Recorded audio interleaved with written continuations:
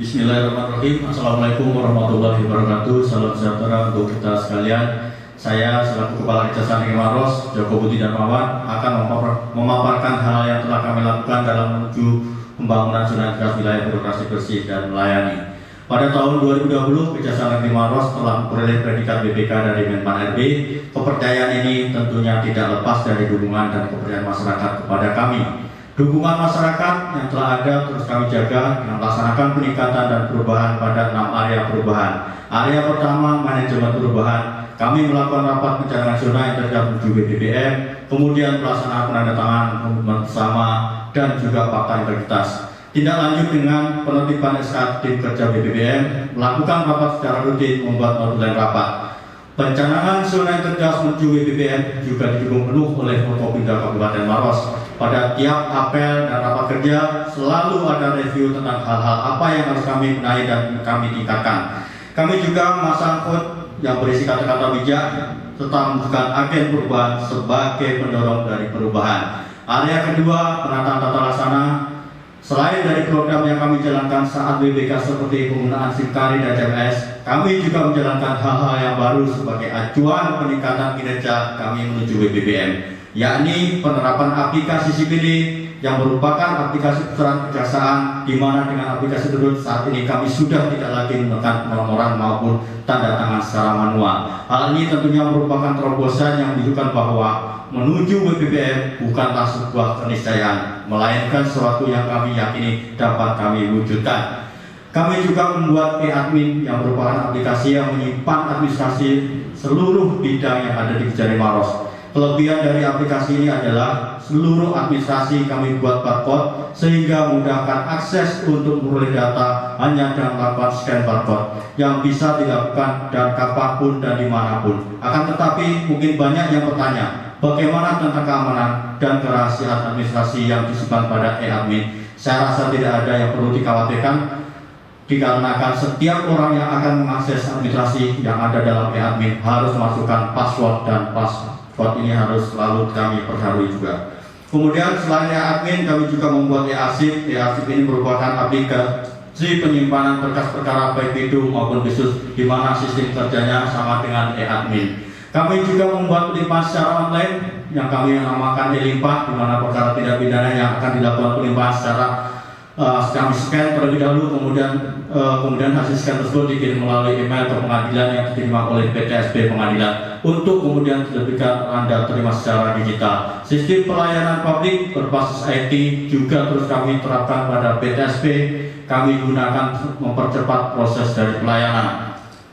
Dalam menjalankan seluruh layanan, kami memiliki standar operasional prosedur yang tetap terkait alur pelayanan tamu, persuratan, dan terkait alur penanganan perkara. Selain SOP tetap, kami juga memiliki SOP inovasi untuk semua layanan kami. SOP ini kami buat sebagai acuan dalam melaksanakan seluruh layanan agar senantiasa tepat waktu, tepat guna, dan tepat sasaran.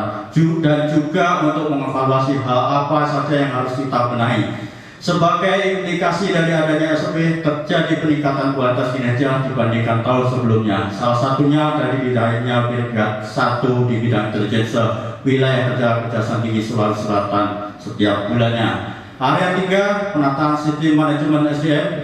Kami membuat perencanaan kebutuhan pegawai, membuat penyampaian kebutuhan pegawai, melakukan mutasi internal yang didahului dengan asesmen sederhana sebagai acuan penentuan sprint pengisian jabatan apabila asesmen dinyatakan berhasil. Untuk mengembangkan kemampuan pegawai, kami menugaskan para pegawai untuk ikut diklat, melaksanakan dinamika kelompok, sharing knowledge, dan ekspos perkara. Yang tak kalah penting, masing-masing pegawai memiliki sasaran kinerja yang menjadi acuan dalam melaksanakan tugas dan tanggung jawabnya. Para pegawai juga secara berkala pada tiap tahunnya melaporkan LHKPN dan juga LHKSN. Penegakan aturan disiplin pada etik pegawai dilakukan dengan melakukan pengawasan melekat pada buku jurnal, surat izin elektronik, absensi harian dilakukan dengan menggunakan Face ID, dan membuat akta pengawasan melekat atas setiap tindakan dari penuntut umum. Pegawai yang telah melaksanakan tanggung jawab dengan baik tentunya kami berikan reward, sedangkan punishment juga kami berikan kepada pegawai yang tidak memenuhi sasaran dari kinerja. Sistem informasi pegawai juga terus dilakukan pemutakhiran mengingat kenaikan pangkat pegawai salah satunya mengacu pada data yang terdapat pada SIKARI masing-masing pegawai. Area 4, penguatan akuntabilitas. Saya selaku role model dalam pencanangan zona integritas menuju BPPN terlibat langsung dalam keseluruhan kegiatan, baik dalam penyusunan perencanaan kerja, penyusunan rencana aksi, serta melakukan penandatangan perjanjian kinerja. Dari kegiatan yang kami laksanakan, kami membuat laporan akuntabilitas kinerja yang kami laporkan secara berjenjang. Area 5, penguatan pengawasan, pengendalian gratifikasi sebagaimana yang kami lakukan saat BBK juga terus kami lakukan dengan menempatkan spanduk anti gratifikasi, anti suap menyuap, dan juga anti korupsi. Penerimaan laporan pengaduan baik secara online maupun offline, menempatkan pelayanan publik pada area terbuka yang seluruhnya tersentral di PTSD bagian depan sehingga area kantor merupakan area steril. Penerapan sistem pengawasan internal pemerintah kami lengkapi dengan kuesioner survei maturitas SPIP dan tabulasi survei maturitas SPIP. Peningkatan kinerja secara berkala dengan pengisian aplikasi MONEF, whistleblowing system yang terdapat pada website kami dan juga telah tersedia call center. Untuk mengantisipasi adanya benturan kepentingan juga dibuatkan nota dinas agar tidak terjadi tumpang tindih dalam penanganan perkara. Fungsi pengawasan juga diterapkan dengan cara melakukan identifikasi resiko dan mitigasi resiko. Area 6, peningkatan kualitas pelayanan publik. Dalam peningkatan kualitas pelayanan publik, kami telah membuat standar pelayanan yang mengedepankan senyum, salam, sapa sebagai budaya pelayanan prima. Selain itu, kami juga membuat surat keputusan tentang penunjukan tugas PTSD. Kami juga memasang banner alur pelayanan serta maklumat pelayanan. Bapak dan Ibu, sistem pelayanan terpadu satu pintu kami telah lengkapi dengan sarana dan prasarana serta fasilitas pendukung yang sudah sesuai dengan standar pelayanan serta telah mematuhi protokol kesehatan di tengah pandemi COVID-19 ini. Kami juga sedang membangun Kopi Jaksa, yaitu komunitas pencinta jujur adiaksa, di mana tempat ini mengandung konsep warung kopi yang pembayarannya mengutamakan kejujuran pembeli. Dan tempat inilah kami bisa membuka forum komunikasi dengan masyarakat yang ingin ngobrol santai tentang hukum. Seluruh kegiatan telah kami publikasikan melalui media sosial kami. Di samping itu juga kami sudah melaksanakan survei kepuasan masyarakat.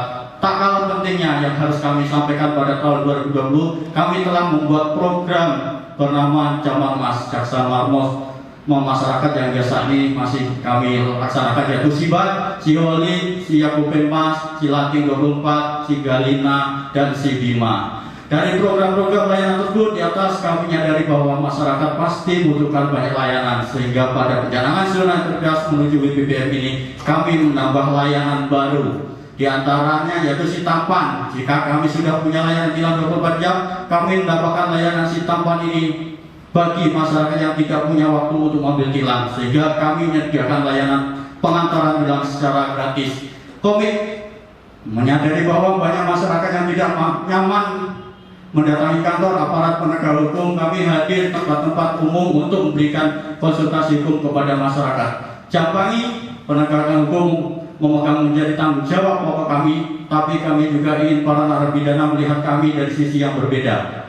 Kehadiran kami di lapas untuk memberikan edukasi dan semangat kepada para narapidana bahwa mereka sangat berguna. Pelayanan Pora ini yaitu pelayanan hukum ini kami tempatkan di Bandara Internasional Sultan Hasanuddin di Maros untuk membantu warga negara asing yang sulit mendapatkan informasi sekaitan dengan permasalahan yang mereka hadapi. Kemudian Desa Binaan Kejaksaan Negeri Maros, karena kami melihat banyaknya kepala desa yang berjalan korupsi, sehingga kami membuat program pendampingan desa.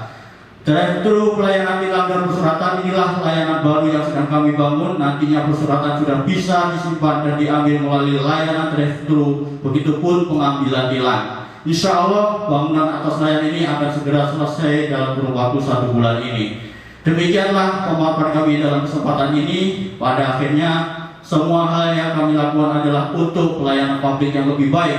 Kami percaya bahwa segala sesuatu yang dilakukan dengan usaha dan kesungguhan yang baik akan membuahkan hasil yang terbaik. Wassalamualaikum warahmatullahi wabarakatuh.